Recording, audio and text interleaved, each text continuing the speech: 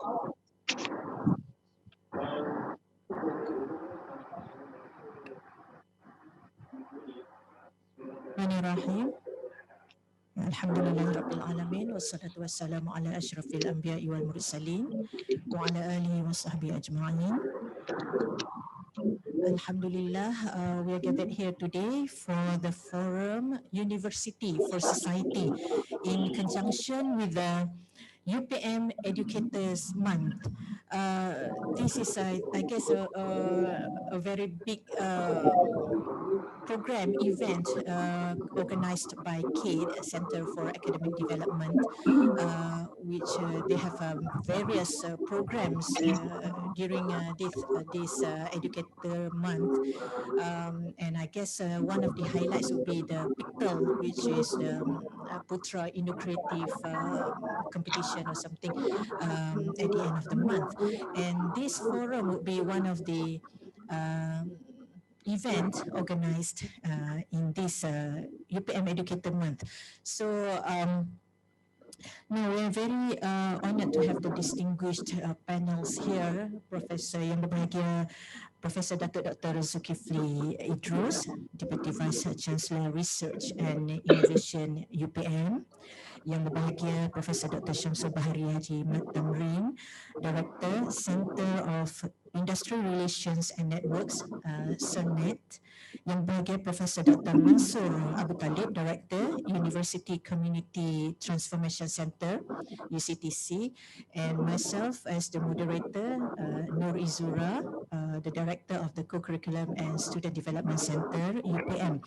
Now, Assalamualaikum warahmatullahi wabarakatuh, and a very good morning to everybody who will be joining us online. Yeah.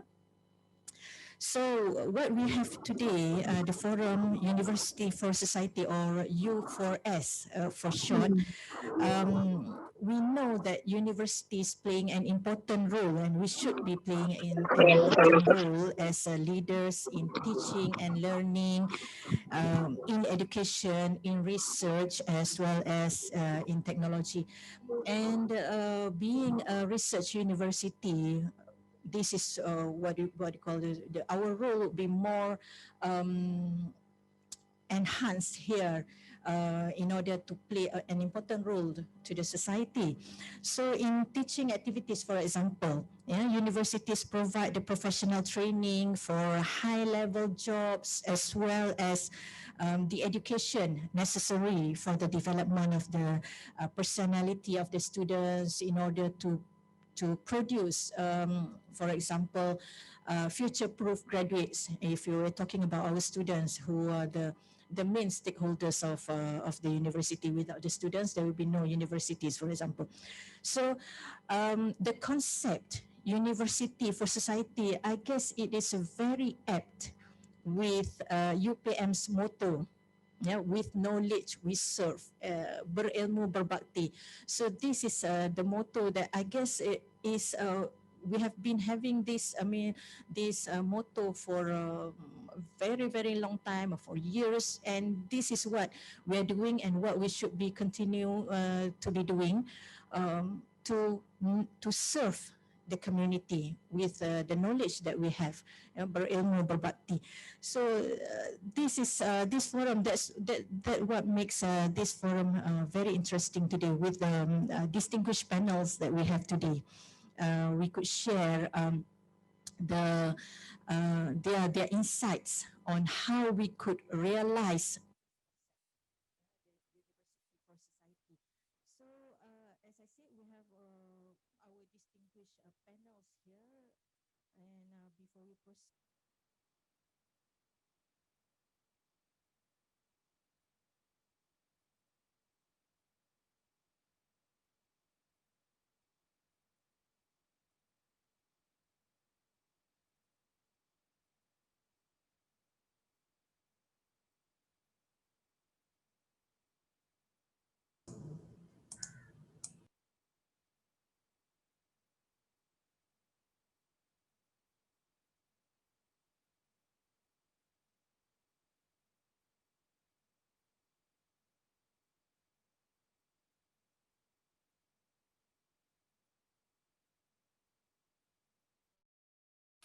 from University Pertanian, from my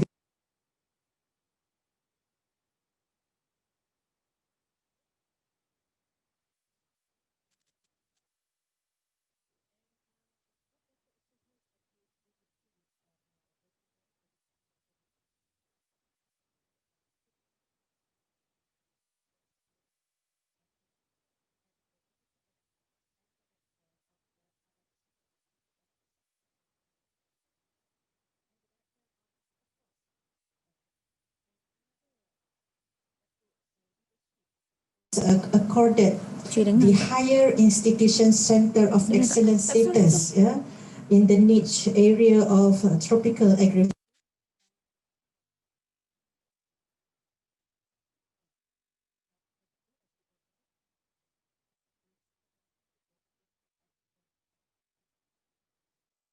of UPM. So welcome, Prof. Dato. The second panel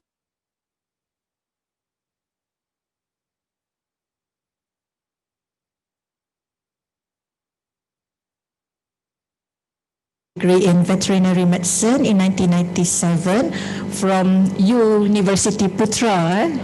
At that time it was first batch graduated from University Putra. Yeah? And he's a Master of Science in Public Health from UKM and graduated of a PhD in ergonomics from Mie University. Is it Mie University, Japan? And he is in the field of occupational health, industrial hygiene, and ergonomics field at the Department of Environmental and Occupational Health, UPM, and previously the adjunct professor at UNITEN. So Prof. Shamsul previously was the Deputy Dean of Postgraduate Industrial and Community Linkages and Income Generation at the Faculty of Medicine and Health Sciences, Deputy Director of RMC, and currently he is the Director of Center of Industry Relations and Networks, CERNET. So Prof. Shamsul, I'm sure Prof. Dato also is holding many international level posts, for example, or in a committee or councils, in national as well as internationally. The third panel is yang berbahagia, Professor Mansur Abu Talib. Yeah. Prof. Mansur, who is now the Director of UCTC.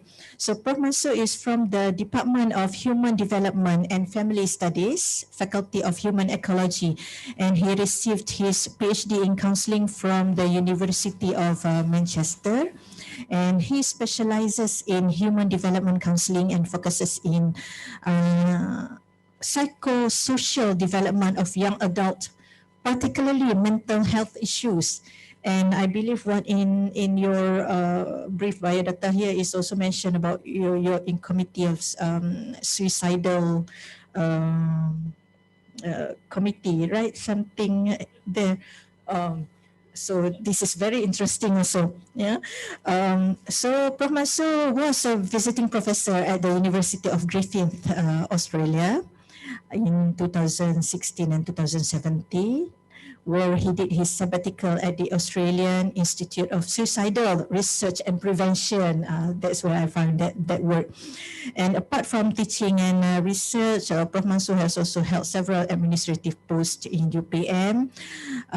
He was the college principal of KPZ, College Pendeta Zappa, Deputy Dean for Student Affairs and Development, Deputy Dean for Research and Innovation, Director of Alumni Center, and since June 2017, he's currently the Director of the UCTC, University Community Transformation Center. Now, ladies and gentlemen, please welcome our distinguished panels for this forum. And to kick off this forum, I would begin with Professor Dato. And of course, what we were doing here, the first round, I would allow the panels to present give introductions of what their respective centers, or in this case Prof. Datuk in as a TNC HEPA office, in promoting the university for society. And then the second round there'll be questions, and we will also open for the third round, maybe the questions for audiences. However, since Professor Datuk needs to leave in half an hour perhaps, 10:30, because he has some urgent meeting. So we would begin with him and finish, I would open questions for the audience for Prof. Datuk first before he leave. So in this case, yes, Datuk, Prof. Datuk, what is, what do you call this?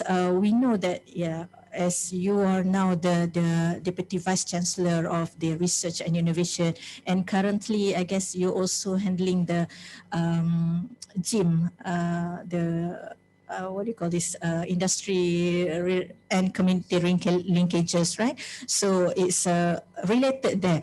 Now, we have like there might be the dichotomy. People might see that there is a dichotomy between research and community linkages. So how could academia, we academia, balance or blend our research with this concept of university for society to cope with the demanding requirements of research output and giving back, at the same time we're giving back to the society. So how could the university, the higher education research contribute to the societal well-being in this case? So we could say, can we like killing two birds with one stone in this case, to blend this dichotomy, research and community linkages. Prof. Datuk. Bismillahirrahmanirrahim. Assalamualaikum warahmatullahi wabarakatuh. Very good morning. Thank you, Dr. Zura, for the question. Okay, I would like to start by indicating the role of public universities. Actually, the role of public universities has evolved across time. In the late 50s and in the 60s, public universities, the role of public university was to prepare bureaucrats and professionals for the new post-independent nation at the time. And at the time, we only had one university, University of Malaya. However, the role of public universities changed following the introduction of the new economic policy to eradicate poverty and also to restructure the society to address economic imbalances among the ethnic groups. And without doubt, the public universities have played a profound role in addressing those issues. And today, we are in the era of knowledge-driven economy. The role of university is not only to disseminate knowledge through teaching, but what is more important is to create new knowledge and to expand existing knowledge. And we need to disseminate and share these new knowledges to the stakeholders and to the society. So the challenge now is to translate this so it can benefit the society. And so with this, the university is required to first to identify the problems and to offer solutions to these complex societal concerns, and finally to have engagement with the stakeholders and the society. Okay, and this clearly in line with with our core responsibilities as a lecturer. That is to teach. That is teaching, research, and community engagement. Okay, and with regards to your question about research and societal engagement, Okay, actually, we should not consider this as two different agendas. Okay, it should not be treated in silo. I take, for example, I think many of us are aware of this project, Padi U Putra. Okay, the project was under the Institute of Tropical Agriculture and Food Security at that time, and the institute received about 10 million ringgit to work on this project. And this project has produced many publications, high impact publications, and at the same time, the findings will have made a big impact to the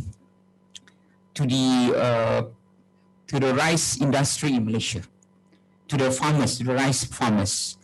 The findings, they have come up with new varieties of rice that can increase the yield, the national above the average yield of the nation. It can reach about 7 to 8 tons per hectare. So what I would like to emphasize is that this particular project is a research project, and it has produced a lot of papers. At the same time, it has made a big impact to the society. So that's what we should be, that's how we should do research. That means the research produce high quality publication. At the same time, it has big impact to the society. So if lecturers or researchers complain that I don't have time because of the demanding KPI for research, so we don't have time to be involved in activities involving the society, I don't quite agree, because it should be hand in hand. Yeah, and there should be a synergy. Actually, even teaching. Actually, our core business, teaching, research, and professional services, all three of these responsibilities are very much related. Yeah? From our research output, from our research findings, it can help with our teaching, and at the same time, our research findings can be translated for the benefit of the society. Okay, so it shouldn't be, we shouldn't compartmentalize these three core business, because they are very much interrelated. Okay, I think perhaps I stop for now. Or you have more questions, maybe? Thank you, Dato, for your what do you call this? Explaining about, I agree with you. It should be a synergy, and it should be they should come hand in hand. Yeah, the research, the teaching, the all this should benefit the society. And in fact, I believe whenever we prepare our research proposals, for example, there will be always the portion or the part where we need to emphasize on the impact to the society, to the government, for example. And so this is what it, but I hope they are not only on papers, on our proposal papers, but they should be delivered to the society as well. So you have also mentioned a little bit about the role of university in terms of what we call this in research, as well as in to benefit the society in the societal well-being. But with respect to the innovation ecosystems nationally, regionally, and globally. So how could the university play a role in this case? The innovation ecosystems, so that it could be also always benefit the society, Datuk. Thank you, Dr. Zura. Okay, innovation is a key driver in today's high technology businesses, and universities are hotbeds of innovation. And one of the major objectives of establishing research universities is to create wealth, leading towards improved quality of life. So the wealth created can be tangible or intangible. So innovation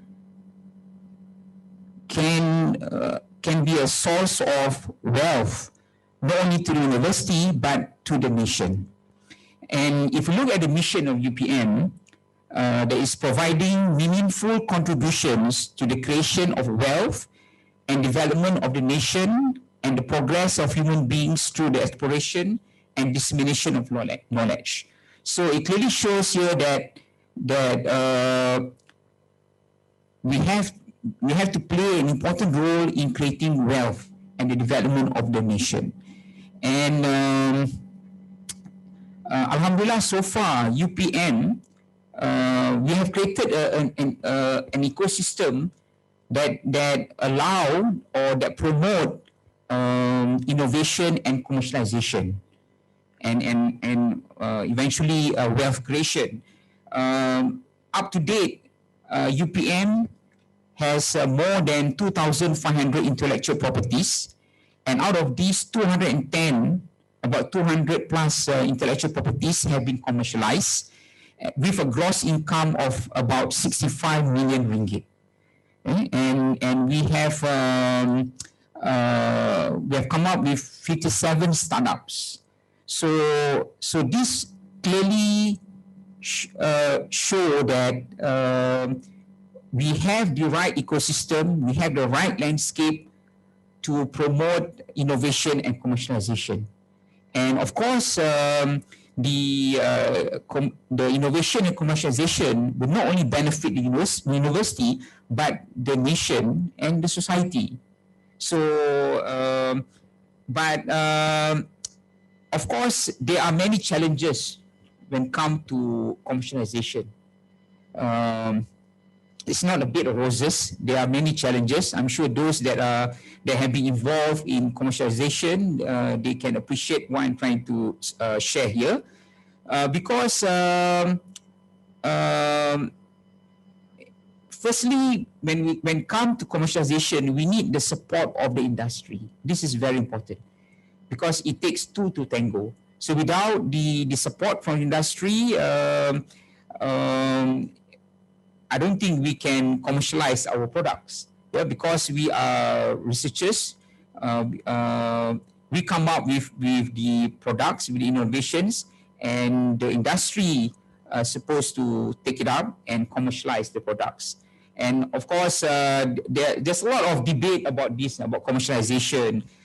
Some feel that universities have not seriously looked into it. We are not producing products that of interest to the industry, and there are many more issues related to commercialization in universities. But in general, actually, even if we compare with some of the developed countries, actually we are doing quite well when it comes to commercialization. But the main thing is that we need more support from the industry. Unlike in Korea and Japan, where most of the research, most of the industries are involved in R&D. Okay, but in Malaysia, we have the SMEs, and SMEs do not really invest in R&D. And we also have these MNCs, but MNCs, they have their parent company that conduct the R&D. So that is a challenge to us. But whatever it is, I think we're on the right track and direction, and this is in line with the objective of research university, that is to create wealth for the society and the nation. Okay, thank you. Thank you, Dato'. Is there any question perhaps from the audience? Not at the moment here. You don't get to ask questions to the Deputy Vice Chancellor every day. So you should take this chance. So Dato', what you were Can I saying ask one question, please? more like the commercialization and the linkages with the industry, but perhaps not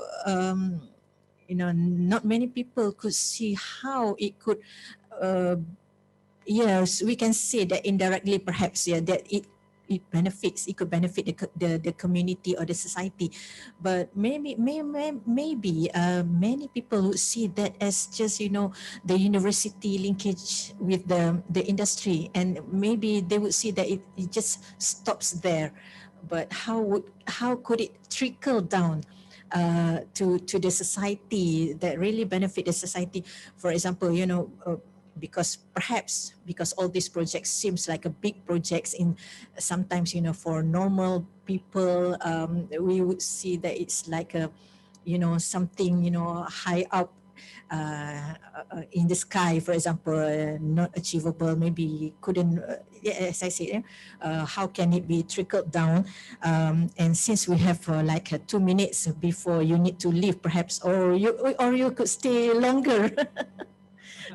That we so, and perhaps also you could give some advice to the academia, or what your office could offer to facilitate the academia, the educators in realizing this university for society concept as well.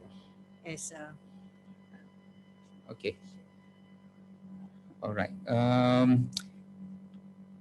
My response to your first question. Okay.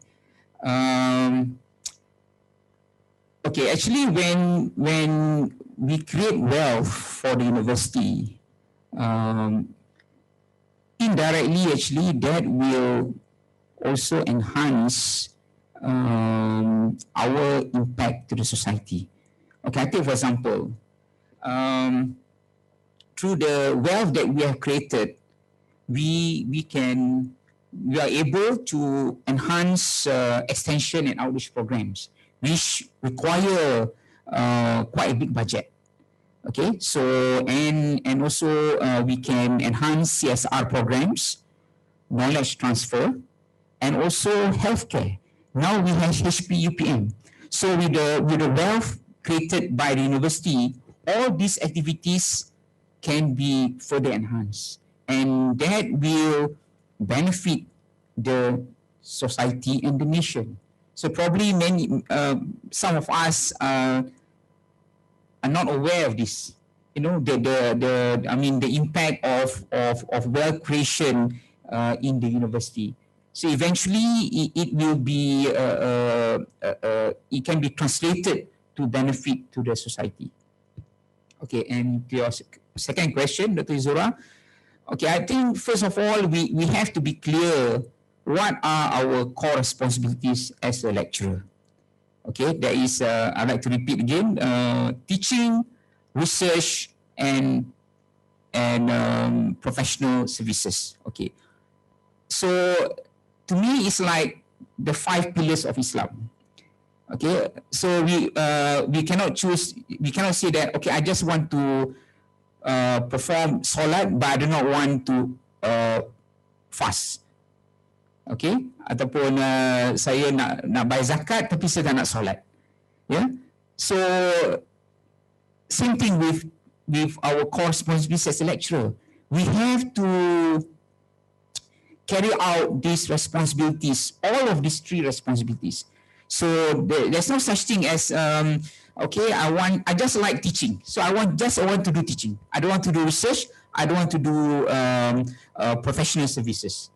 Or you may have a lecturer that is very enthusiastic in research, and he or she said, I don't want to do teaching. I don't want to do professional services. I just want to stay in my office. I want to write papers. That also is not acceptable. As I said, that means if the 3 we have 3 core responsibilities, that means we have to carry out all these 3 responsibilities religiously. then we are a wholesome researcher. Then we are an excellent lecturer. So all this, there's no compromise when it comes to the core responsibilities of a lecturer. So I think it's clear. Yeah, Tizara? Okay, thank you. Okay, there is a question from Dr. Nur Fadlina from the Faculty of Computer Science and Information Technology, as well as she's also the Deputy Director for CADe. Dato, what are the tips for young lecturers to establish a balance between benefit to society, teaching, research, and other commitments? I guess the key word is young lecturers. You were young once, so perhaps you could share.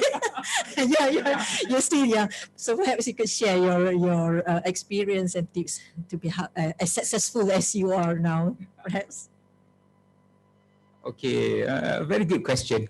As you said, I was young once. Okay, I joined as a lecturer in 1994. All right.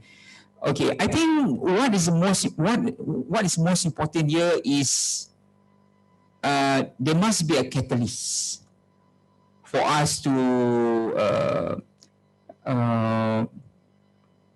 excel. And I always believe that passion is very important. As a young lecturer, you know, we may have just finished our PhD, and then we joined the university. So by right, the passion should be burning. You know, we should be very enthusiastic. We should be very self-motivated, and that will take us through the various challenges in the academia. Okay, so of course, as a young lecturer, it takes time to build your career. But as I said, if we have the passion, I'm very sure our young lecturers can be successful. Okay, so that's the keyword. Okay, mentoring is also important. Unless the young lecturers are self-motivated. You have some young lecturers that are self-motivated, and perhaps they don't really need a mentor. But mentoring is important, and to have the right mentor, yes, that's the keyword. That's why I don't really believe in making mentoring as a formal exercise, because I don't really believe in forced marriage. Okay, so we do not want to assign, okay, Dr. Zura, okay, your mentor is so and so. You know, I don't think we want to have that. It should grow organically. You know, there must be chemistry between the mentee and the mentor. If not, it will be like forced marriage. Okay, maybe some disagree with me, but this mentoring culture is important, especially for the young lecturers. But we have to choose the right mentor in order to motivate and to guide the young lecturers. And I always enjoy engaging with the young lecturers. You know, it makes me feel young, and you know, because at one time I was one of them, so I really enjoy meeting them at least twice a year when we have this induction course.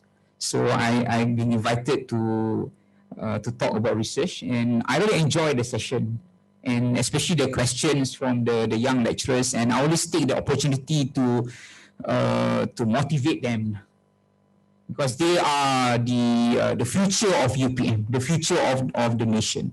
So they are very important asset to us. Thank you. Thank you, Datuk, for the very encouraging words, yeah, for the young lecturers, as well as, I guess, the not so young lecturers as well. I guess we have learned a lot from you also. I mean, from your sharing what you have shared earlier.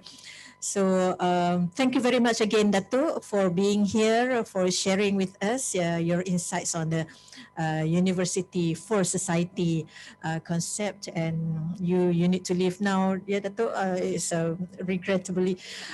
So please give a round of applause for Professor Dato, Dr. Zulkifli Idrus. Yeah, thank you, Dato.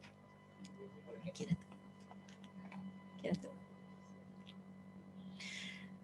Right, to continue, yeah, our forum. I should move closer to the panels. Next, we would go to Prof. Dr. Shamsul Bahari, the director of CERNET. Now, Prof. Shamsul, I guess this is from CERNET. Yeah, you're focusing on the industry relations and networks. So how could this also? Because if we know that with the University for Society, the concept is when we interleave or when we integrate the main stakeholders, the students, the teachers, the educators. The industry and the community, the government agencies together so that we can benefit the society and the nation at large, locally as well as internationally. So perhaps you could share with us what is the core business, or what is the main focus or the flagship, you could say, of CERNET in this scope, yeah, for University for Society, especially with the industry linkages, perhaps. Yeah, Prof, silakan.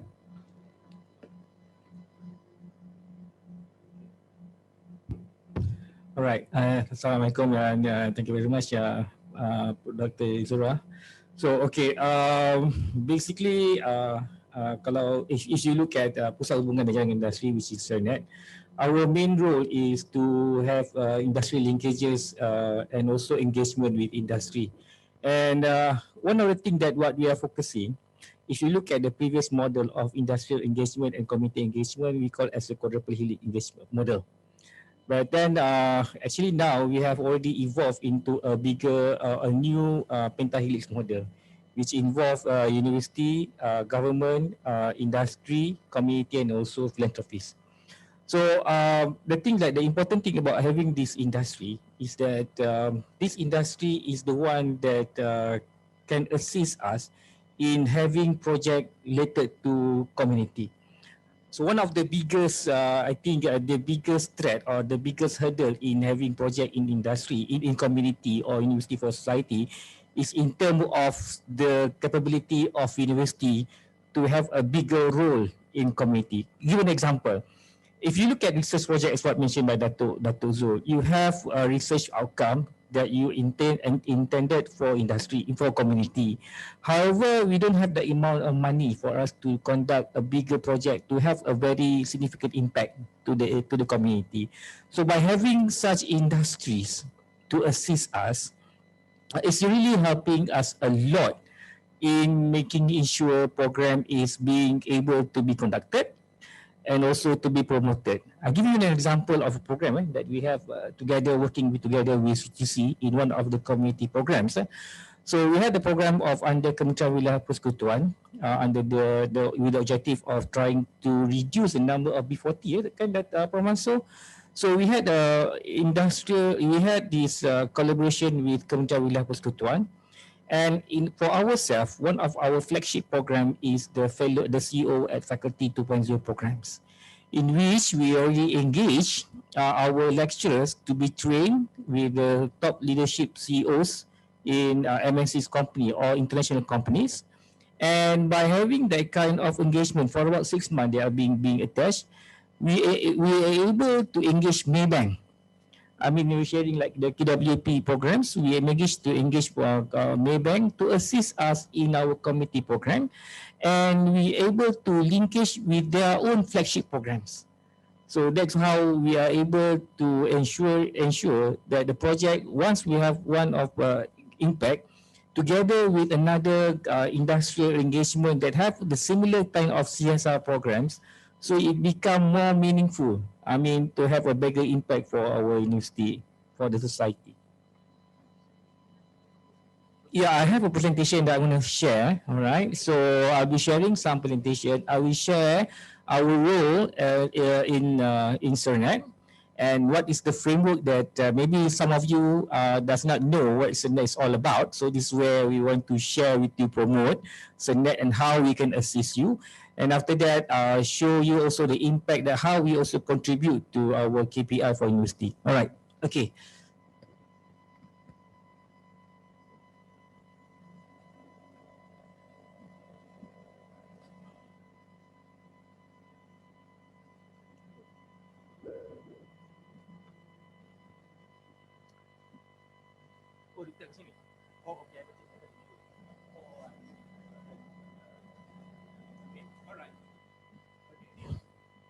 So, so if you never see, if you look at this image, so if you look at this is CERNET. So basically, if you see a signage, this is CERNET. It's all about CERNET. And okay. Siap. Tak boleh tekan.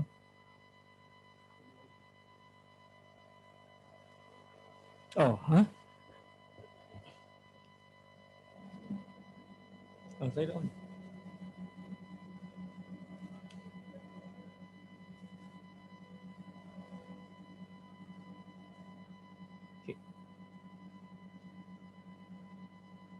Okay, saya control kat sini.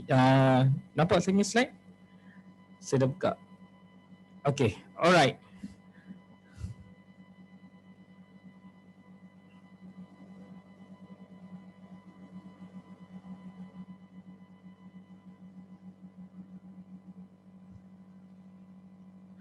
Okay, while waiting, let me tell you about the core business of CERNET.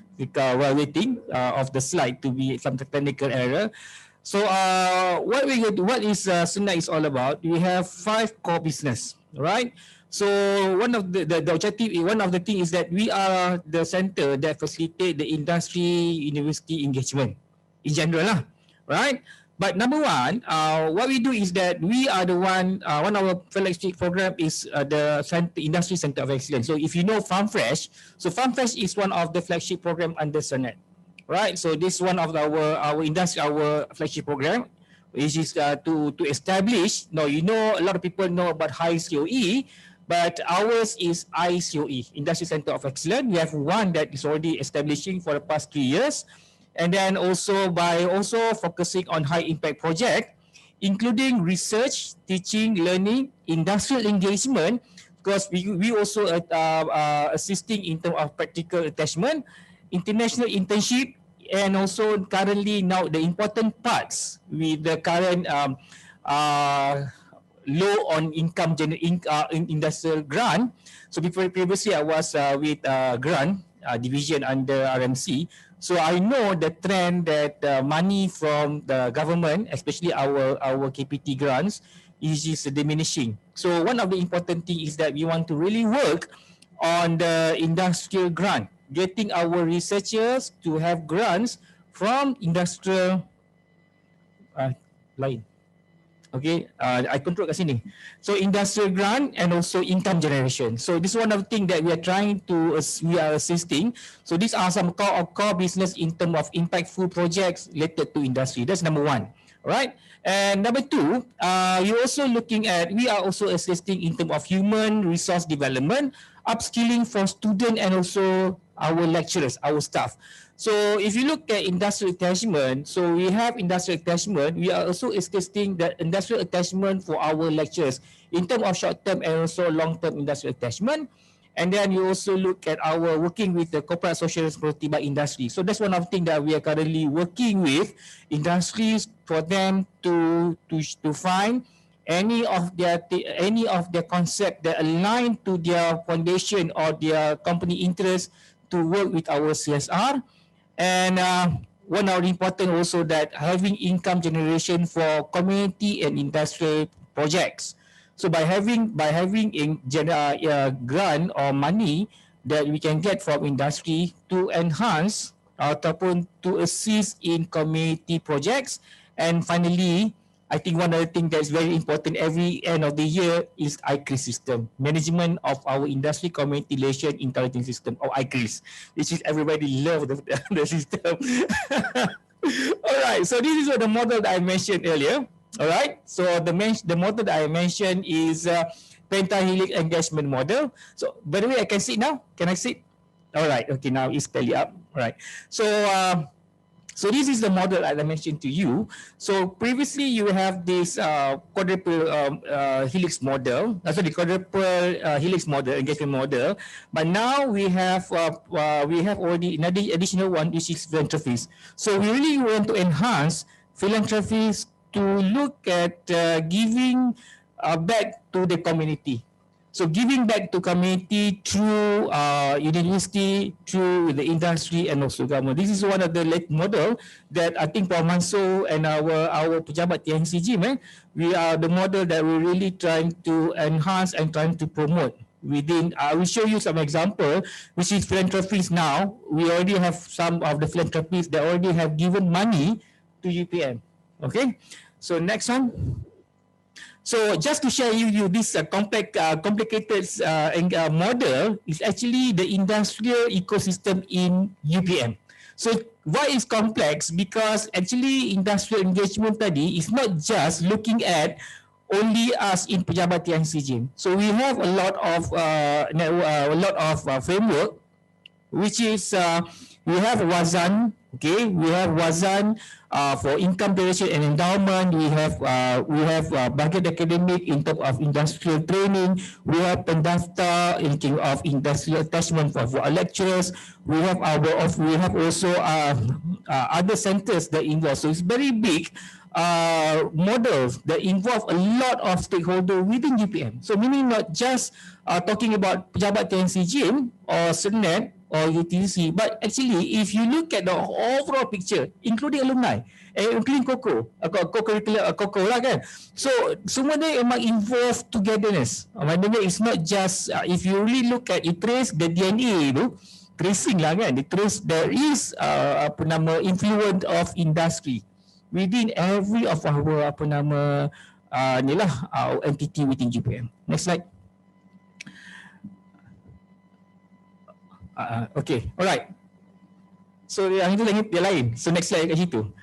I boleh baca kat sini, okay Alright, susah dua ni. Okay, alright. Just to share, I think you all are very well aware about our flagship. So we have now the same thing that you have to look at our yearly KPI, which is under our plan strategic UPM lah. So we have our plan strategic UPM that we have seven KPI, which is our industrial and community engagement. We have impactful projects, and we have industry contribution towards endowment and income generation. So we have human resource empowerment, which is one of the important thing, is that in our pejabat TNC gyms, together Senet and UTC, our human resource empowerment is not just we as lecturers.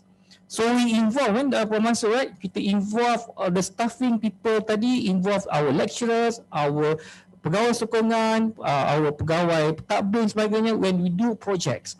That's what we wanted. The spirit is that everybody works together in terms of community and industrial engagement, right? And this is where flagship programs lah. So flagship programs here today, we're looking at U4S, U4 Society, and for us, we have other flagship programs in terms of our program of CEOs programs and our ISUE programs, right? And then look at income, which is currently, as again, I want to emphasize the importance of having income. So we know that research money, because previously in RMC pun, when we have application for FRGS, hundreds and hundreds and hundreds of proposals that myself have to go through to support.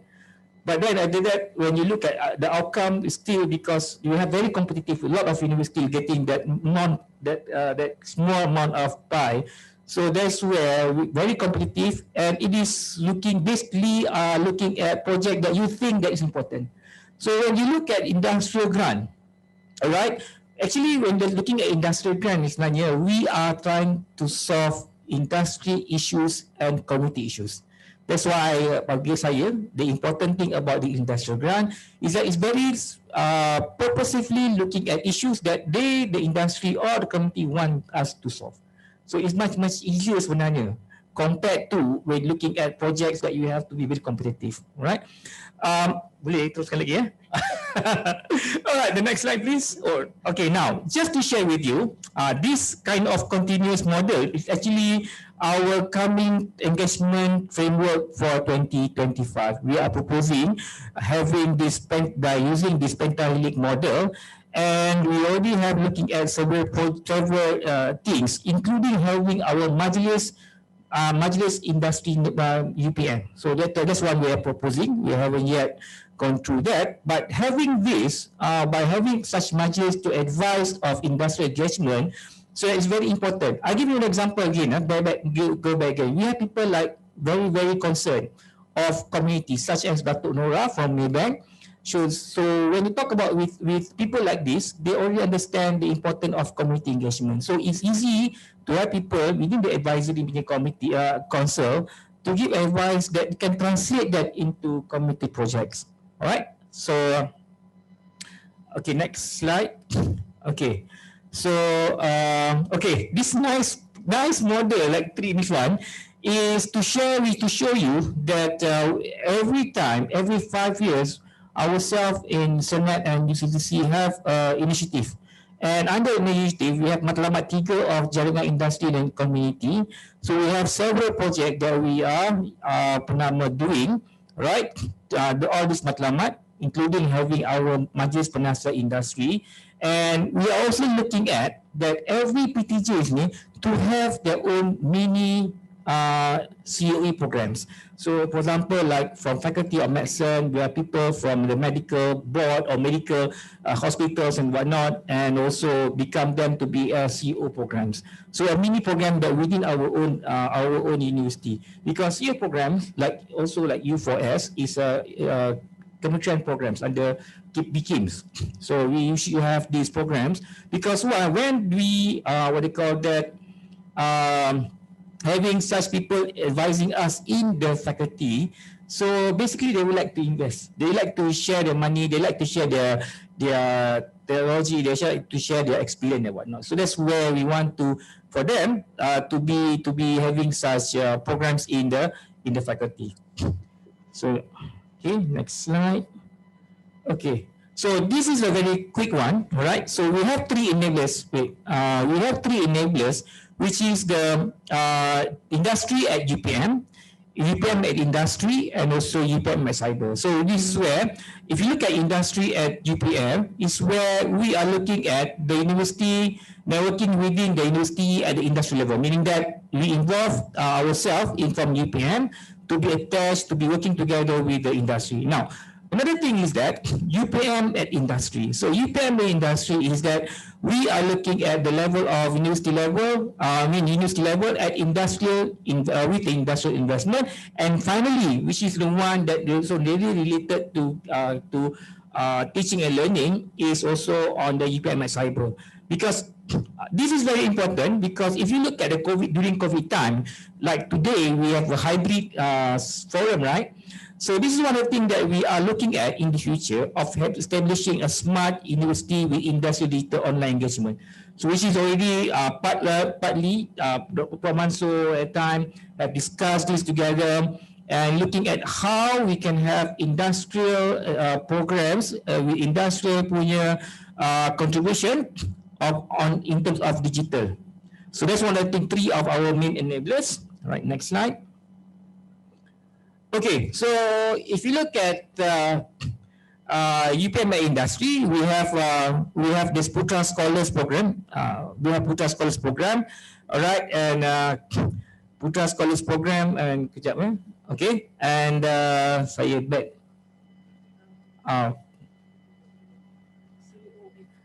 We have all right, the enablers study. Okay, we have programs for UPM industries. We have 2 programs, which is here only good. We have and also ICO fellow program CO at faculty, and then we have for next Okay, and then for industry at UPM, so we have this Putra Philanthropist Program, which is currently we have one of the biggest one is Tan Sri Zai Azman. So he's been giving 1 million plus ringgit for endowment programs, and then the ICO programs, okay, 2.0, and then we have also IQ programs and also COF faculty programs. So those are industrial at UPM enablers, and then next one. So we have also UPM Industry. This is the Putra Scholar NCO Faculty at 2.0 programs. And next slide. And UPM, the final one is UPM Cyber. So we have this digital online industrial training programs. We have this industrial digital lecture series, which is the one that near to CADe. This is where we want to, this one of the things that is parallel with CADe, having industrial training that at the what do you call that, at the field. So rather than just in the classroom studios, what we want to do is that we want to do teaching and teaching online at, to give an example, at construction site. So we are doing already engaging some real property companies to have lectures online to share with students. So that's what we're trying to do, so that students have, a lot of students can have the opportunity, not just 30 students from civil engineering and whatnot. We have a lot of people, and then it's sharing through a real experience at the site. And then we have these Putra experts, the programs that we are going to work with. One of the company that we are working is with the Book Dog, looking at the medical expert to assist us online, and also ARE, which is the augmented reality. So this is one of the things that we want to push within 5 years, to have augmented reality for industrial training attachment and whatnot. All right. So these are our UPM Cyber's initiatives under the enablers. So next slide. Okay, just to share the impact, which is not directly lah, alright. To show on the employee reputation is sebenarnya is that by having a good relationship with industry, our employer reputation increase. So I just to share with you, you might not know that QS ranking, employee reputation, is one of the criteria that they are looking at. So actually, we increase our ranking. If you look at overall, it's 155, right? So our world ranking for industrial employee reputation is at 159. In Malaysia itself, we are currently number 5. Last year, we are number 6. Next slide, very quickly. All right, just to share with you where we are now, we are still lagging behind several universities. This meaning that within 1 year, we managed to jump. And there are a lot of opportunity for us. If you look at others compared to our academic reputation, our research and whatnot, it's still the gap is quite narrow. But there are a lot of gaps that we can try to increase our employee reputations, right? Through our QS ranking through employee reputation. So we have more areas to improve. Next slide. Okay, just to share with you that UM still number 1 lah. We are number 5. Alright. Okay, next slide. Okay, this is one of the slide important slide SDG. I think one of the key component currently is looking at any projects, alright, community or industry to have this sustainable goal. And we under ICRE system, we already started looking at that 2 years ago. And looking at projects, every of our lecturers or our academic staff, okay, to have what they call that, identify their project on what are the sustainable development goal that their project is attached to. So later on, if you during Q&A, we can discuss more on this. So next slide. Kalau okay, just to share some pictures lah. Tapi kalau okay, time limited, I can stop now. Yes, Prof.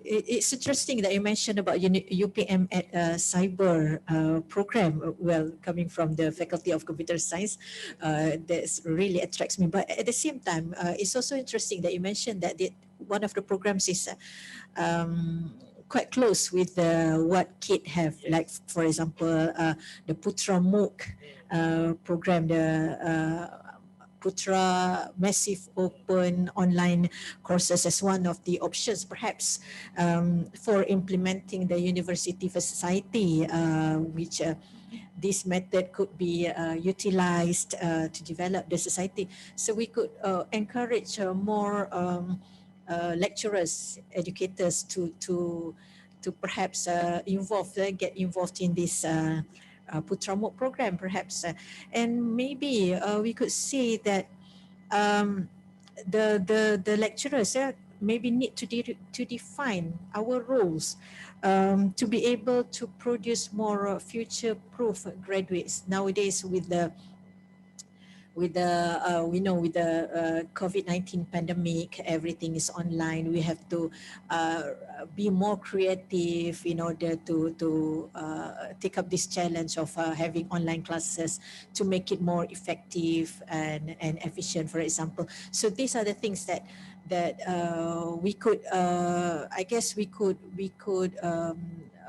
focus more on in the current trend or in new norm, for example, as we could say in the co-curriculum, co-curriculum courses, for example, as one of the requirements is to have this community-based learning for our students, and from this, while doing they organize and they do the community programs, they would also learn from the community. This is also a learning process for them, as every students in all the co-curriculum classes, for example, are required to do this community program.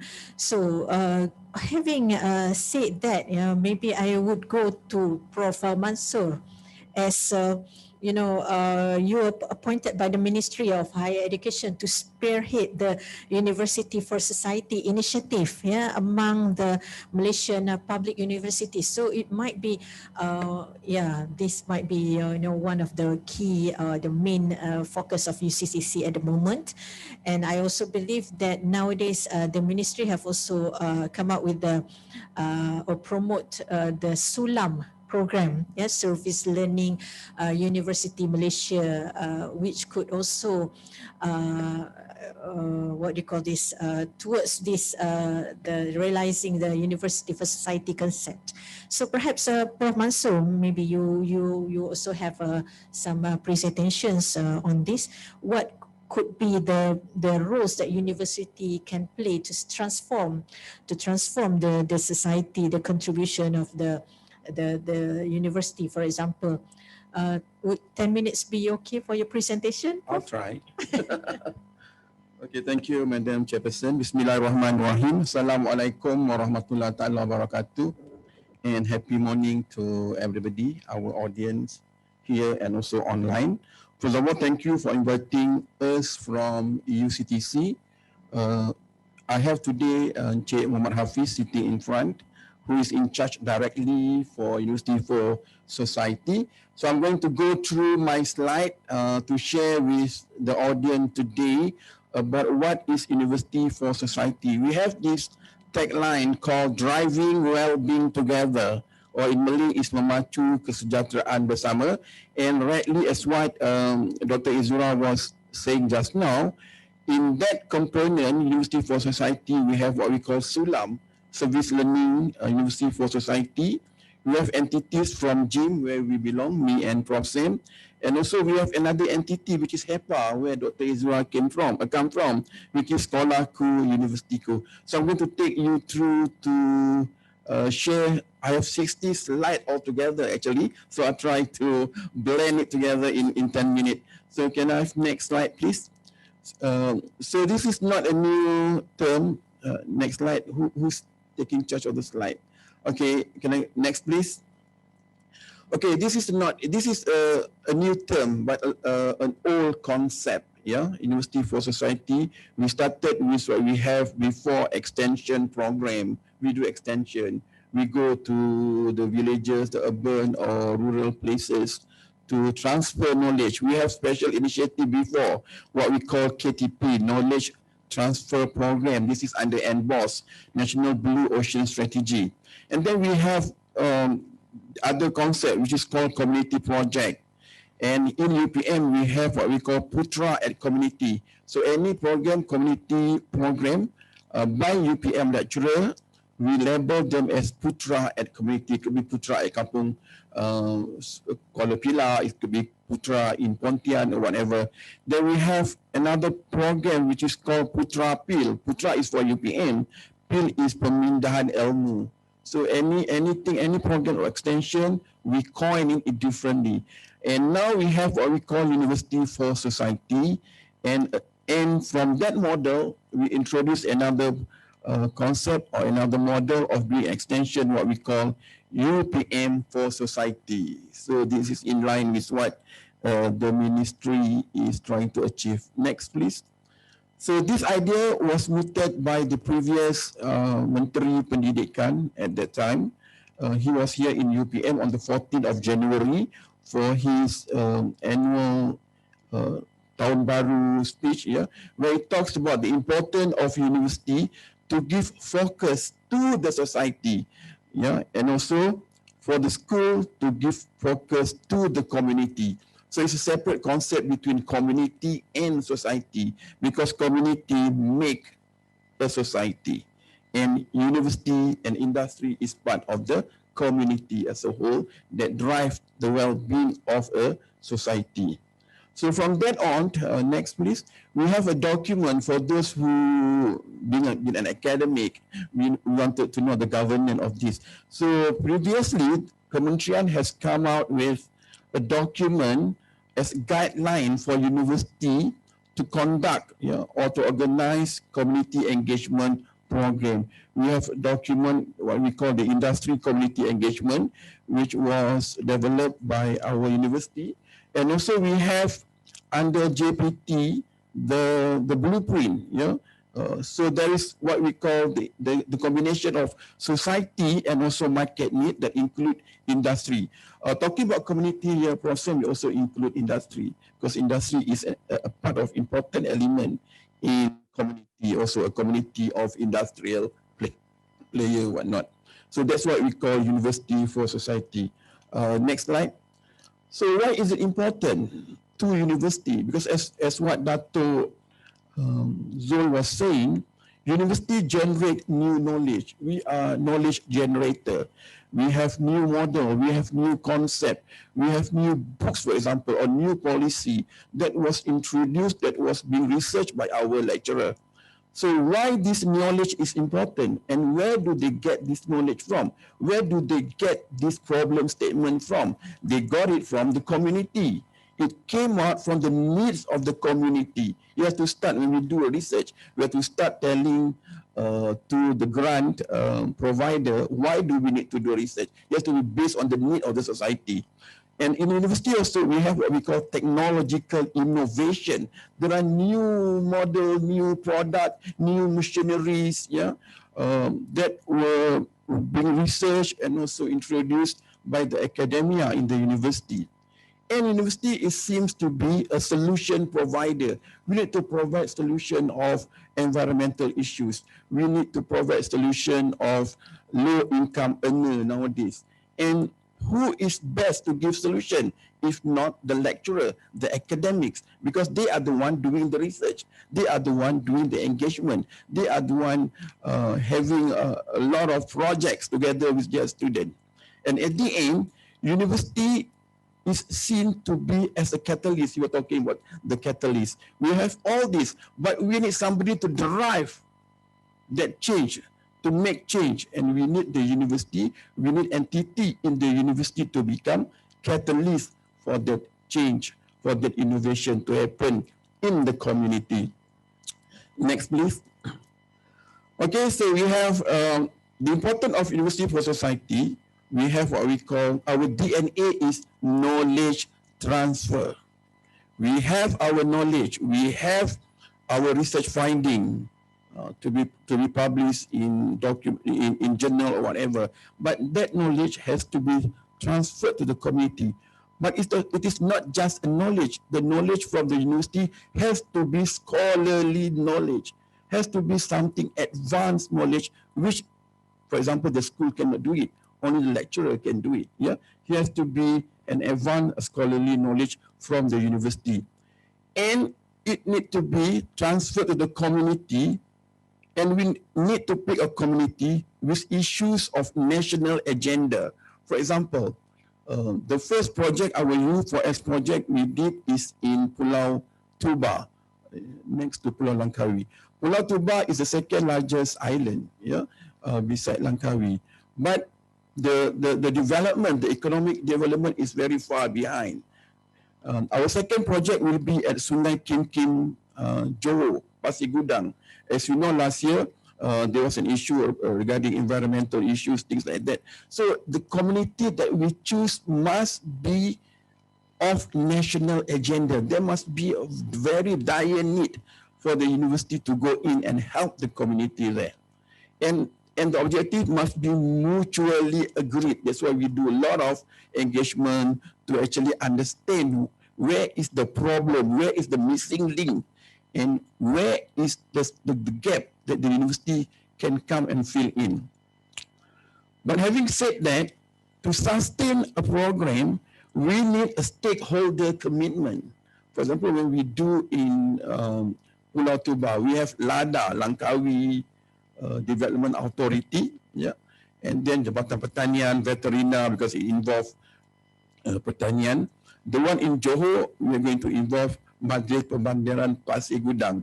So to the academic in UPM, if we were to do project, we need to work with the industry, we need to work with the agency. Because when we do a project, we will be there for 1 or 2 years, and we're going to leave for another different project, a bigger project. And somebody has to take care of the project and the community for sustainability purposes. Yeah. And at the end, when we do a knowledge transfer, we want the community to become empowered. Empowered meaning they can do it without our assistance. And of higher ends, they can actually teach the community next to their community the new knowledge that they get from the university. Next, continue please. Next. Next, this is a different concept of what is. So how we do this?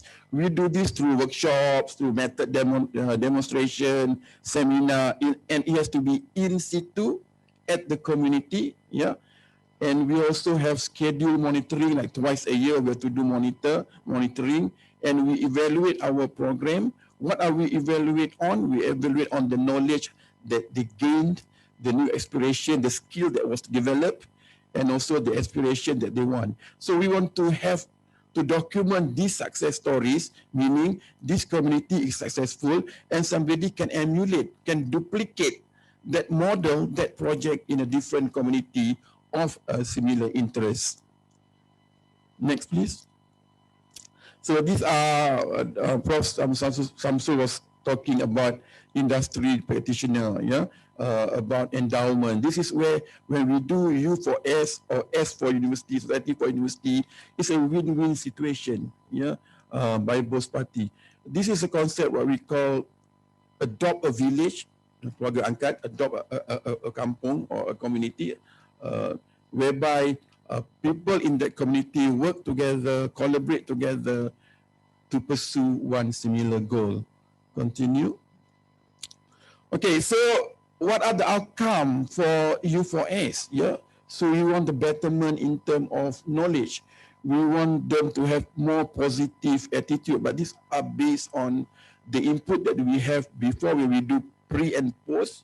We want to document there are changes already happening in the community because of the university lecturers, practitioners come to the community to assist them in whatever they want. Because the need should come from the community, not from us, the lecturers, the practitioner. Next. Next, please. Okay, this is okay, I'm going to discuss about the entities in university. When we talk about university, we have different population in university, similar to community. You know, we have children, we have adolescents, we have schools, we have leaders, we have business people.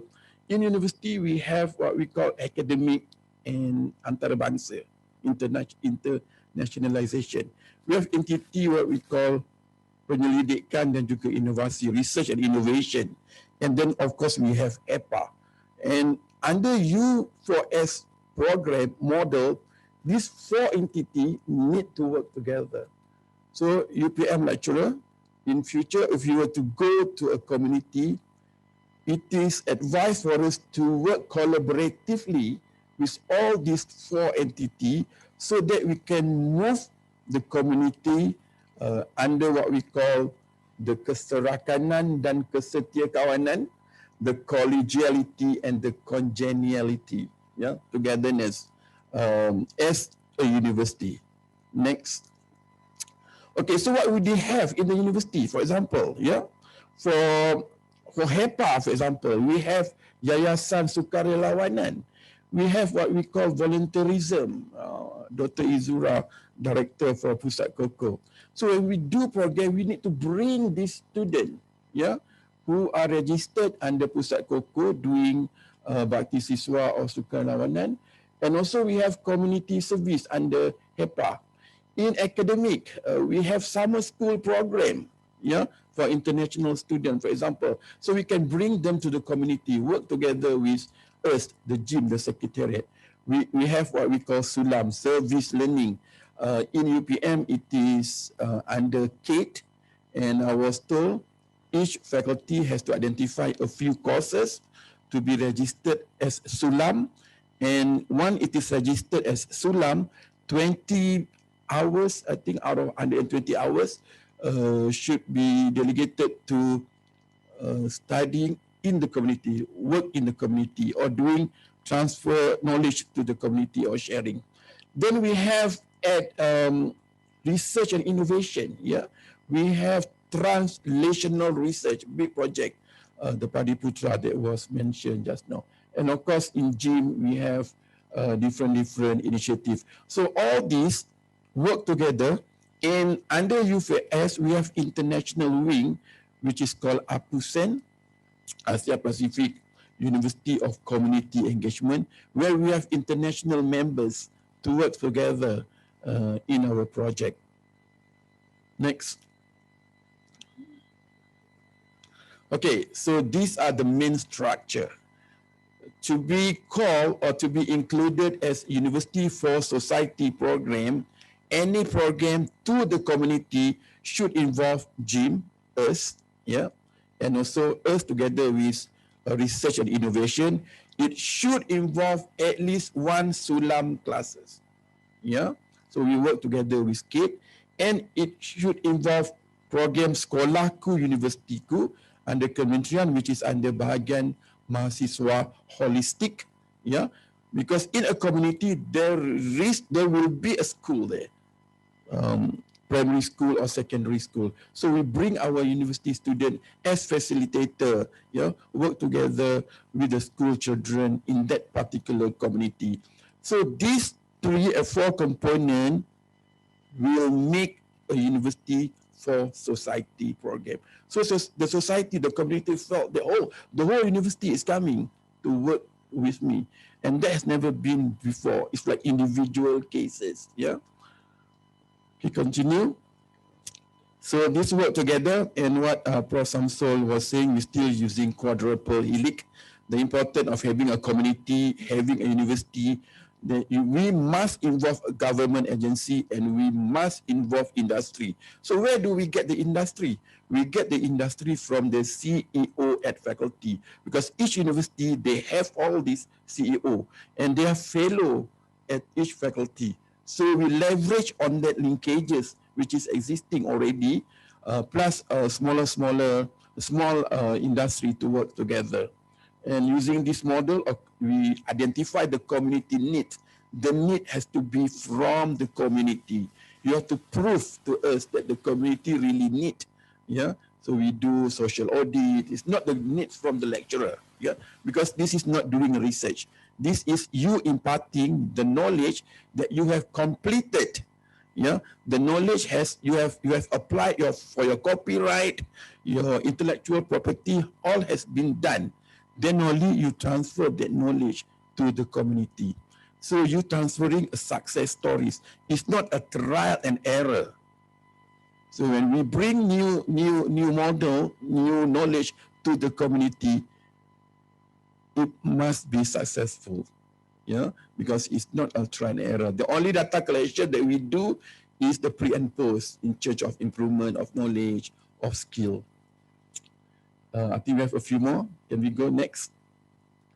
Okay, these are the ones that I showed just now in the university. So we bring the all population, all entity in the university, to the community together. Next, the mapping of. Next, these are our community development model. So at the end, what are the outcome? So we want a social return of investment.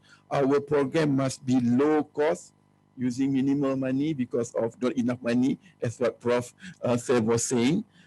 Should have high impact. So we document that impact. There are assessment. There are people to monitor the impact. Must be rapid execution. Most of our program is like the one in UCTC also. We do for 1 or 2 years because we need to go to a different community, then try out or improve that to a different community, and must be sustainable. Sustainable, that's what I say. It need collaboration with other agencies, other communities or industry. And of course, now we are focusing on the well-being. So I still have a few minutes. The next one will be my action plan. Next one. Okay, these are what we do on the ground, Dr. Izura. Yeah, okay.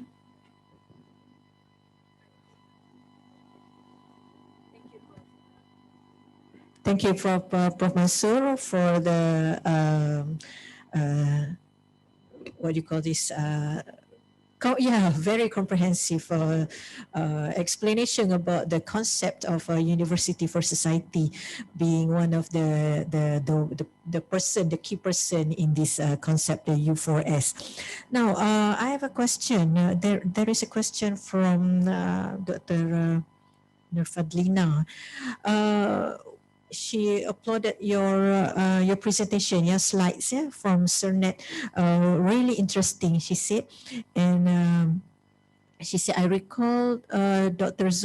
Zul's statement just now that excellence need catalysts. And what Prof. Shamsul has shared about the UPM at Cyber initiative. So she thinks that this might, the many lecturers are developing their competencies further through this line, but not many are aware of the catalysts or the incentives. So is there any specific program to further spur the lecturers to equip themselves further in this talent?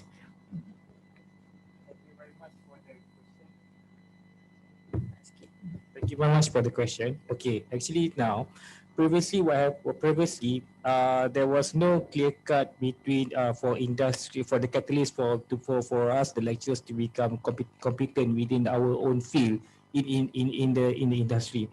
So one of the programs that we have we have this CEO at Faculty 2.0 program, in which the lecturers are being selected and by the ministry. You have to be, you give your names and then we submit your names, and after that you're going to be interviewed, and then you got 1 week of team building, and then they will select you, and after that they will match you with the CEOs that they think that can enhance your leadership skills. So that's one thing that's being ongoing programs, and that's one.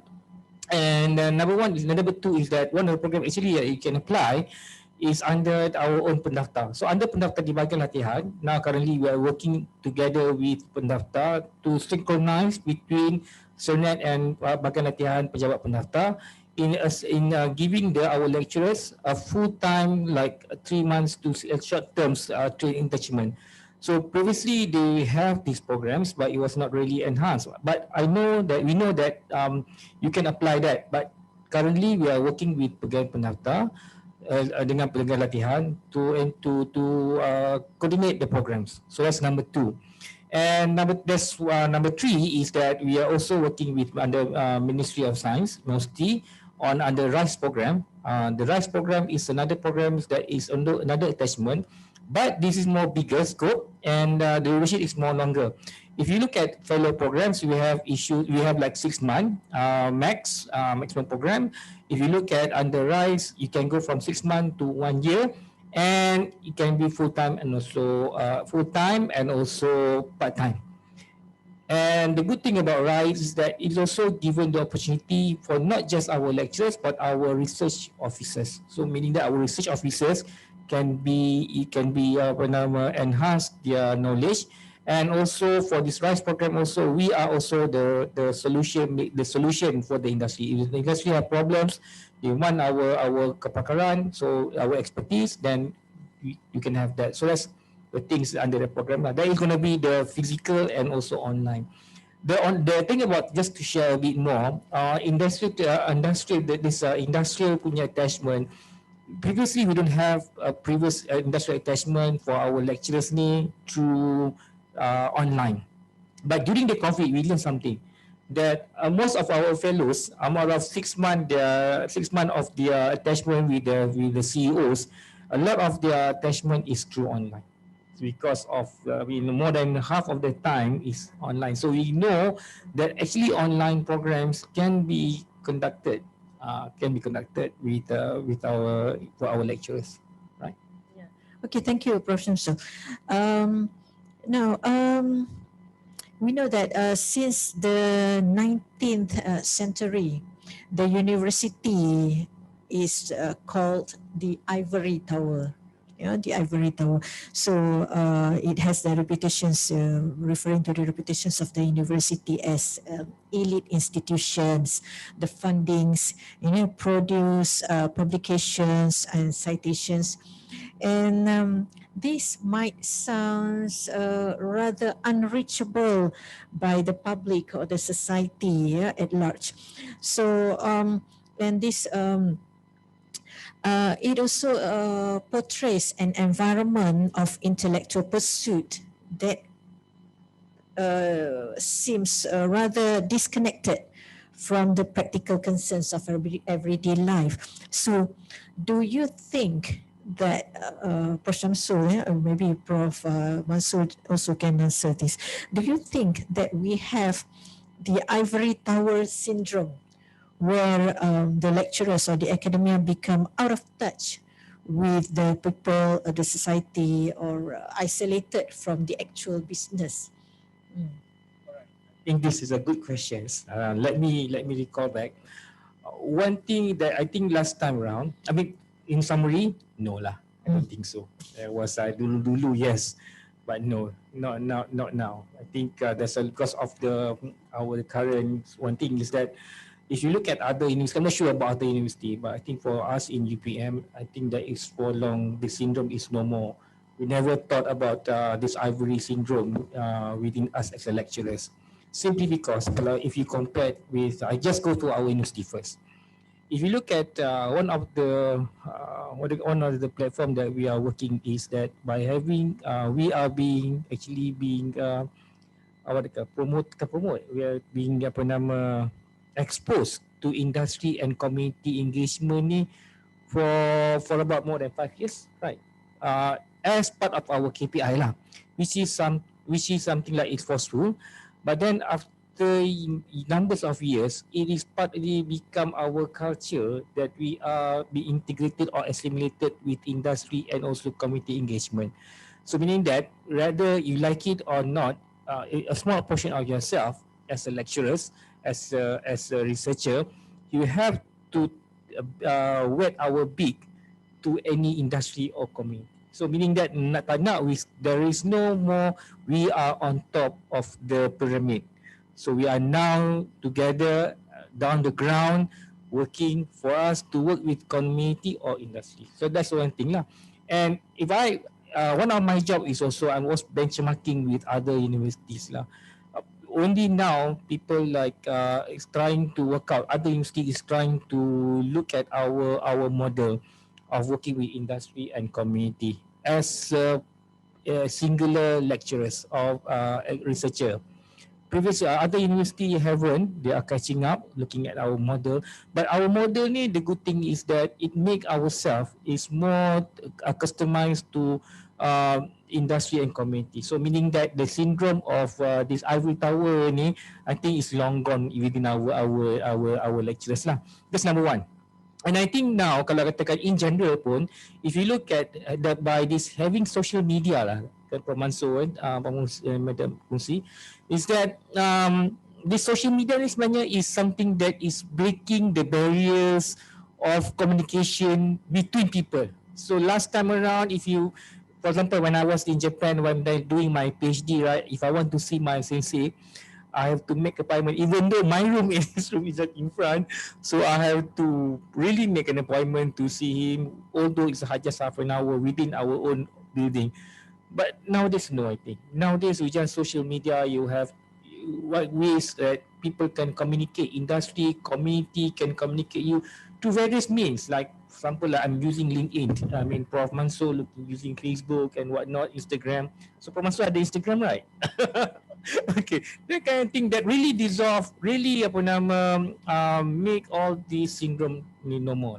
Okay, that's my thought. Thank you. Thank you, Prof. Mansur. So, continuing on that also, Prof. Mansur, with the ivory tower syndrome, what is your opinion? But also, perhaps it could also relate with what are our roles as educators as well. That's our main role, right? The educator, to promote this university for society, how we can benefit the students as part of how can we benefit the community as part of the students' learning experience? As we have said earlier, we as universities, we want to produce one of the objective of our strategic plan, right? To produce not only future-proof graduates, but also we could say selfless or unselfish graduates that will always strive to serve the community. Meaning that whatever they do, they will always be for the benefit of the society, as what for example, in credited co-curricular courses offered at the Co-curriculum and Student Development Center, where all the students are required to go for or to organize and go to the community, organize a program with the community. As part of their community-based learning, which is also an experience, their learning experience. But of course, these courses are only this program for co-curriculum courses is only 2 credits out of the entire program, the 4 years they are here at the universities. So I guess other than these 2 credits, we should also have more programs like what you have talked about also in Sulam and so on. How the lecturers as educators could promote this so that this process, giving back to the society, the culture can be internalized by the students. I guess it's also related with the ivory tower syndrome as well, Prof. Okay, thank you, Dr. Noistura.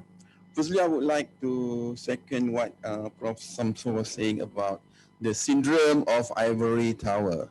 So now we have a different concept, what we call knowledge hub, university as a knowledge hub, university as a one-stop center to provide solution to the community. So by taking away that concept of us being on top, and the need to work together in the community. When we talk about community, we should understand that the community that we want to improve is the community next to our campuses. So for example, we're talking about a community within the 25 kilometer, because the establishment of the university should also improve the surrounding of those university. We're talking about Seri Serdang, we're talking about Puchong. That's why we encourage our lecturers to do project not far from the university, so it is reachable, accessible, and you can bring students within your lecture time, like 2 hours, 3 hours, to the community. And the concept of giving back and to bring reality to the classroom has long been practiced in university. But before this, we have invited speaker from the community, from the alumni, from the industry. But now we want the student to experience it before their practicum training, before their internship. So we bring the reality to the classroom so that they could understand what they learned and find the link between the information, the knowledge that they get, and how do they apply. Because students usually have issues, okay, I understand this, okay, I understand this theory, so what? So the what thing need to be applicable. They need to bring back that to the community. And of course, in the university, we have the core curricula. We have the colleges. Colleges also do a lot of community work, yeah, community service. And slowly, we also advise all those community services to actually impart some knowledge, not just giving, what do you call, bagi ikan, bagi fish, kena bagi apa, alat untuk menangkap dan sebagainya. So that when you go back, yeah, we do a lot of community service. Fine, that's good. Student get something, student get to organize that program. But we want students to also impart the knowledge that they get from in their lecture room. Their major, if they are major in chemistry, do something on chemistry. If they are major in computer science, do something on networking or whatever. So that then they can see the beauty of the knowledge that they get in the classroom being transferred to the community. But of course, to be able to do that, they also need to know what the community want. Because we don't want to bring something that community say, oh, no, I don't want this, I want that one. And then nowadays, people talk about entrepreneurship, cut across any B40, M40, or T20. Entrepreneurship is a needed subject nowadays. We talk about upskilling, reskilling, and those information are here in the universities, yeah, and in a different faculty, in a different lecturers of different subject, yeah, could teach about innovation, to teach about small entrepreneurship, enterprise to the community. So having said that, I think maybe the core curriculum is not compulsory, right, Doctor? It's compulsory, okay. If it is compulsory, but this is what everybody has to go through. Yeah, everybody have to go through. So when they come back, what the lecturer need to do is to process, to do a reflection on what they experience, where is the gap, and if they were given another community next semester, how do they improve it? Yeah. So back to our lecturers, our academic in the university, as what Prof. Samso, there is no choice nowadays. After 6 years with GIMP, it has become a KPI for all of us to have at least 5% or 10% minimum. And to our experience, that is the most easiest way to get full mark, actually, isn't it? So there is no choice. Everybody has to do community services, community engagement.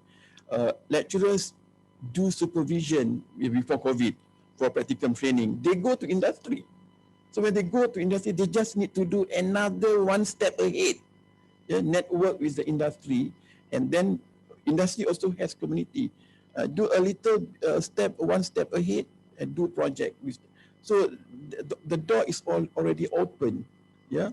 And nowadays we have a requirement for promotion. For example, each of us has to hit one community or industry project for promotion for associate professor, right? And for professor for two, to hit, not to become member, to hit, yeah. And back in UPM, we have all these facilities.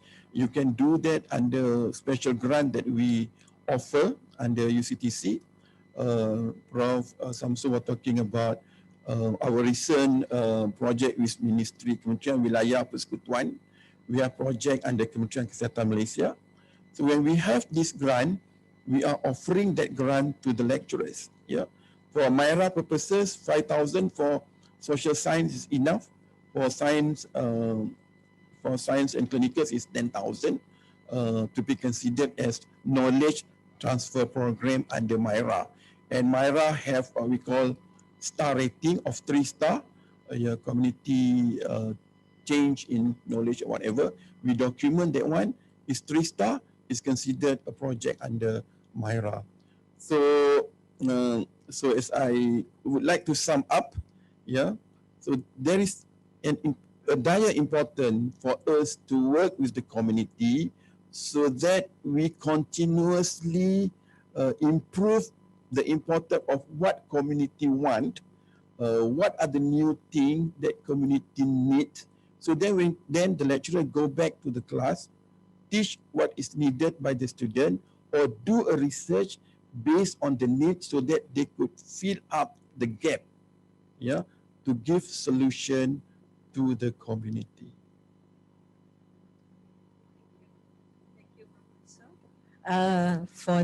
Thank you, Professor, for that answer. Any question? Perhaps I would open the floor. Any questions from the audience via Zoom? Yeah. Okay. We didn't receive maybe from the secretariat. You could forward me the questions, perhaps. While waiting, perhaps Prof. Mansur, you would like to talk about the plan of action of UCTC? Okay, I will. Thank you, Dr. I think we are pressing for time, so I will go through very quickly just to share you, yeah, because we're going to emulate this model for UPM starting this year, whereby when we do community engagement program under UCTC, we're going to combine a few PTJ in one project. For example, computer science together with ecology, and another one probably with Itaforce. So when we combine them, we have a strong team to tackle the issues that the community, we look at the community.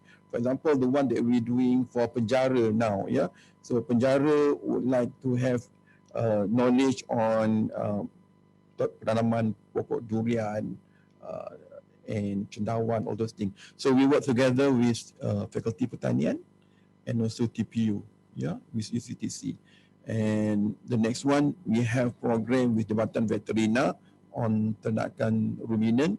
So we have Faculty Veterina, Faculty Pertanian, and also Environmental Science because of these sisa-sisa haiwan dan sebagainya. So this is what we call keserakanan dan juga kesejahterakawanan within UPM PTJs, because nowadays we want to tackle multidisciplinary, yeah, and a lot of those need human development issues, yeah. We can transfer a lot of new knowledge, yeah, and they know that they need to do it, but they don't do it. Why they don't do it? Yeah. So we bring people like from the Faculty of Education, for example, on pendidikan, Faculty of Human Ecology. Yeah. The human aspect usually the missing link in a lot of community engagement or extension program. Imparting knowledge. When we go back, they don't do it. Why they don't do it? Because nobody monitor, for example, or they could not see benefit of doing it, or there is no enforcement. I can just throw the rubbish everywhere. Yeah. So when we go to our next strategic planning, as mentioned just now, we want to go together UPM as a few PTJs, yeah, addressing one or two issues in a similar community. And when we talk about community, we have different population just now. So the Faculty of Education will tackle the school teacher in that particular community. The Faculty of Human Ecology probably do for the TASCA, for the children, yeah. The Faculty Economy, they are together with us on entrepreneurship, yeah, upskilling small enterprise business people in that community. So this is what we hope in future is going to happen. So for the U4S, we do in zoning. The UPM also, UCTC has also zoned our PTJ according to ICRIS station. So all PTJs, we have our person in charge at UCTC. And one officer will oversee 3 or 4 PTJ. So from that PTJ, they will work together. But of course, being University Putra Malaysia, which is currently, which is formerly University Pertanian Malaysia. We wanted the agriculture agenda to be number one. Yeah. Having said that, we do not just do agriculture extension. We do other sort of extension also, because one of our KPI is on agriculture extension. So these are the zoning that we do. Next, can you go next, please? Next. Frozen. So basically, all these zones, they have identified a community. Yeah. For Tengah UPM, we are under Tengah, and Tengah we have 6 university, very big university. So we have Tengah 1, Tengah 2, Cik Hafiz. Yeah.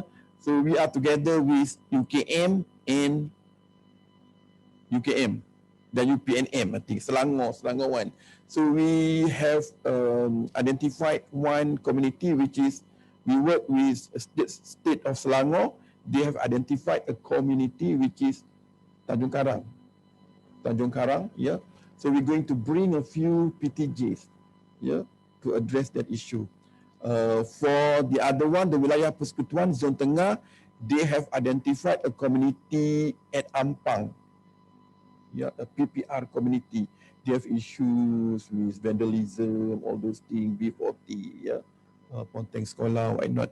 So we're going to bring expert, do a social intervention there, yeah.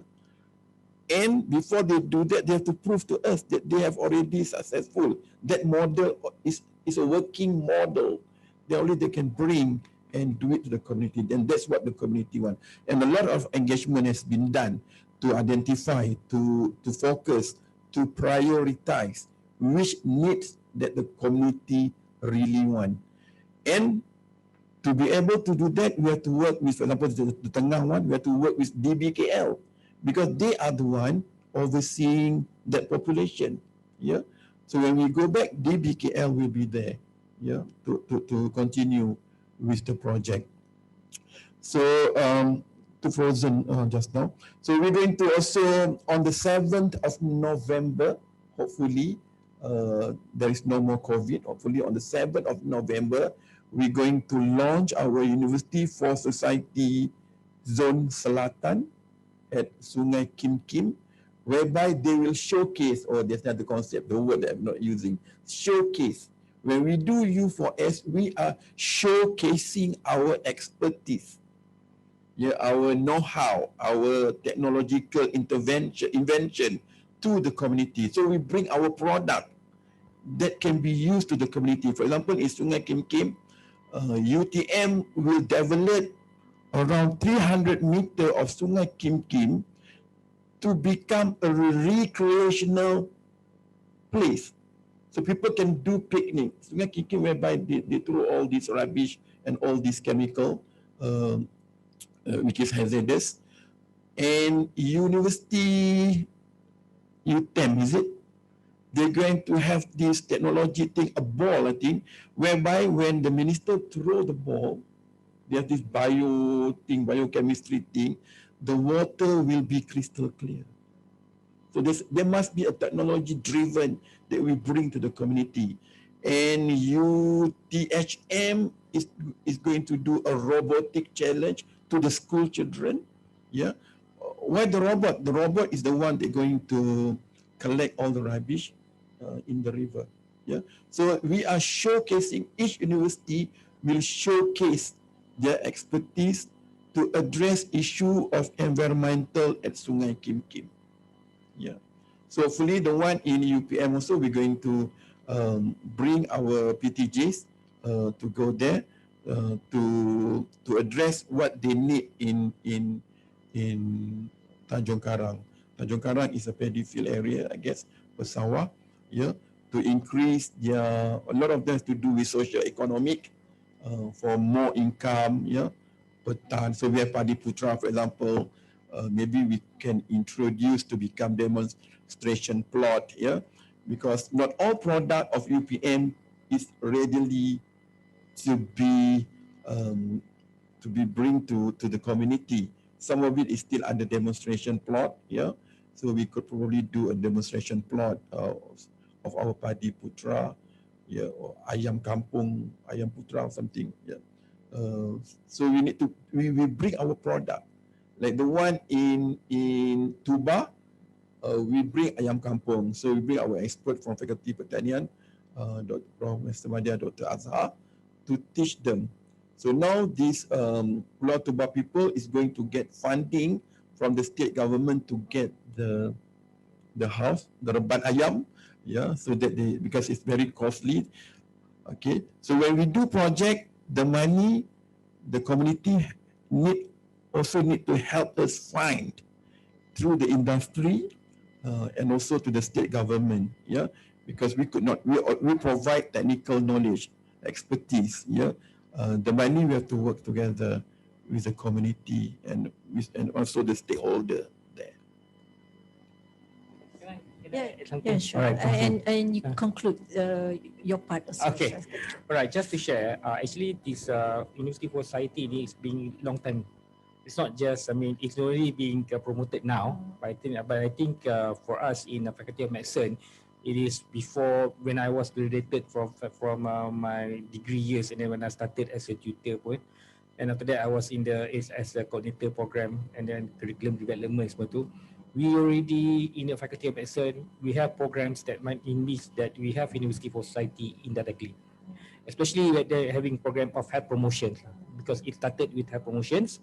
In which we engage with a community. A given example that for us in Faculty of Medicine, we currently and still engaging our community in Kuala Pilah, and Sabak Bernam is for UKM. So that's one of the place that we have our like every posting, students punya posting for engagement, and we do for this our medical students, 40 medical students. I mean, and then we train, we send them.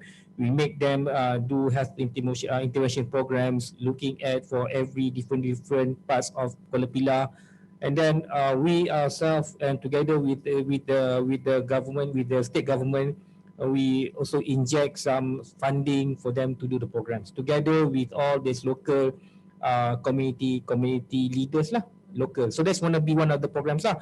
But on top of that also, we in our curriculum, what we do is that we restructured during my time as a program coordinator. We structured our program in such that we have our engagement at industry and community. So meaning that within our classes, on top of our own course in public health promotion, health promotions in community, we also involve programs that within each of our courses, there should be assessment where students have to engage community and also for industry. And the kind of engagement is a significant engagement, not just the students go there and then observe as a knowledge level, but apply and assist in giving solution to industries and community. That's how we do. Because we develop our program curriculum, each of the reports given to the industry by our students, like my classes, that report is good enough for report to be submitted by the company to the government or to the authority. So that's how we treat our students, the level of industrial and community engagement. So number two, and how do we do to have interdisciplinary within our own program if you want to develop your own, restructure your programs, right? So what we do is that, what we do within our own courses, like for example, fourth year students, third year students and whatnot. So we focus on one single, for example, one of my colleagues is teaching on chemical health risk assessments, CHRA. So myself is teaching economics, and then another one is industrial hygiene, one environmental monitoring. So we have a community or we have a population. So each courses, without sacrificing other people times, classes, we can engage them into one group. So we can, as a low-cost solution, low-cost societal impact, we have project that can be coordinated within application, within the class, within our course or in our program. So you might want to think about that, and having that indirectly contribute to our own sulam lah. I can say that. Yeah. So with that, for me, to conclude, thank you very much for CADe and the moderator, Dr. Zura, for giving us the opportunity, for me, the opportunity to talk, which is not my forte, all right, but giving me the opportunity to share some of experience. And again, we in CERNET and also in Pejabat TNC would like to invite anybody you want to, if you have industry or community that you want us to assist you in engaging and pitching for your research grant, for your industrial grant, or your community grant, or any projects that involve with industry. We like us to assist you, giving you some guidance or working together. Let us know. We are open. We are here to assist every of our lecturers so that we are able to achieve our University for Society. Professor. Okay, thank you very much. Thank you, Professor. Yes, Professor, perhaps some advice or recommendations as concluding remarks from you. Okay, thank you, Dr. Azura. I think our counterpart, our UCTC and also CERNET counterpart at PTJ is your respective deputy deans or deputy director or secretariat. Some big PTJs, they have unit or secretariat. So that is where your one-stop center for you to ask for information.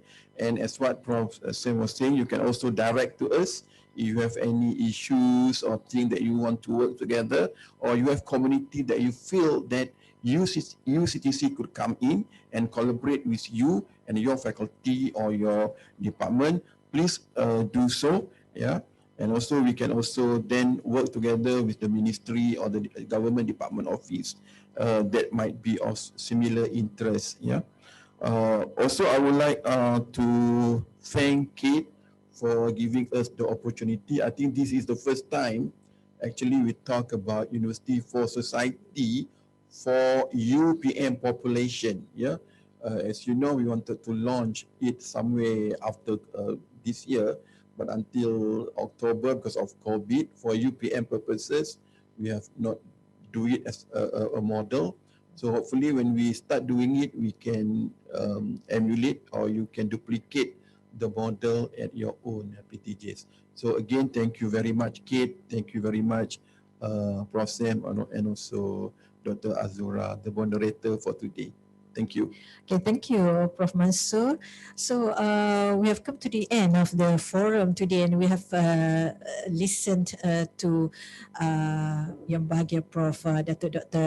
Zulkifli Idrus, our Deputy Vice Chancellor on the Research and Innovation, on how, and he have talked about how research and community linkages benefiting the society could go hand in hand, and the synergy between the research, what we have done through our research could also benefit them in terms of our teaching as well as giving back to the society. And then Prof. Shamsul also have talked about how the industry, the linkages with the industry, the network can also, the projects that UPM have done, and what are the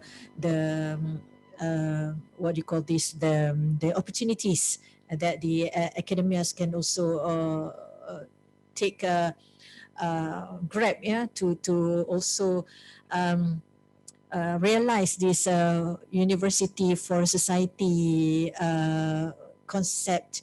And also from Prof. Mansur, how we can transform the society with this U4S, and overall we can see that there is no reason not to do it, right? Yeah, there's no reason not to do it. Everybody can do it. Whatever that we have, with the motto berilmu berbakti, or with knowledge, with we serve. We are the ones that we have the knowledge, we have the expertise, so we should give it back to the society. And as educators, yeah, we should encourage the students. We should instill this what do you call this, the passion, yeah, the passion to always give back to the society. Whatever we do, it always have to be for the society, for the nation, and of course it will be for Allah Subhanahu Wa Taala. And from the co-curriculum and student development center, for example, every semester we have more than over 70 community programs, which we always encourage the students to organize these programs with the government agencies, with NGOs, with the companies, corporates. And here we will also invite all the faculties, faculty members to also collaborate, the colleges as well, other entities, PTJs in UPM, to collaborate with co-curriculum and student development center, because the student have to do this as part of the programs, and we always encourage them to collaborate with other entities. For example, we have done program Siswa at Kampung, back in 2009 with collaboration funding from the KPDN HEP, for example. And now we have so many other programs with the community in Kuantan, for example, with the collaboration with the Jabatan Pertanian Negeri Pahang, Jabatan Perhutanan Negeri Pahang, for example, and most of them are alumni of UPM as well. So these are the things that how we can promote giving back to the society among the students, because we as academicians, for example, we need to redefine our roles to be able to produce these future graduates, teaching for lifelong learning, teaching for competencies, and to make the students also more resilient. And whatever they do, they always have to think about the society, not only of themselves. So this is, I guess, the gist, the spirit of the University for Society. So with that, I thank the panels, also Professor Dr.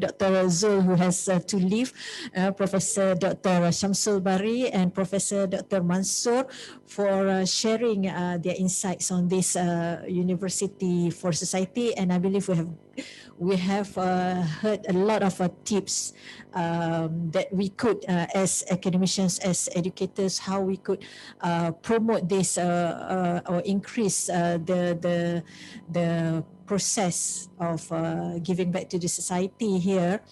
And as a moderator, I also thank the organizers, CADe, for giving me the opportunity to moderate this session.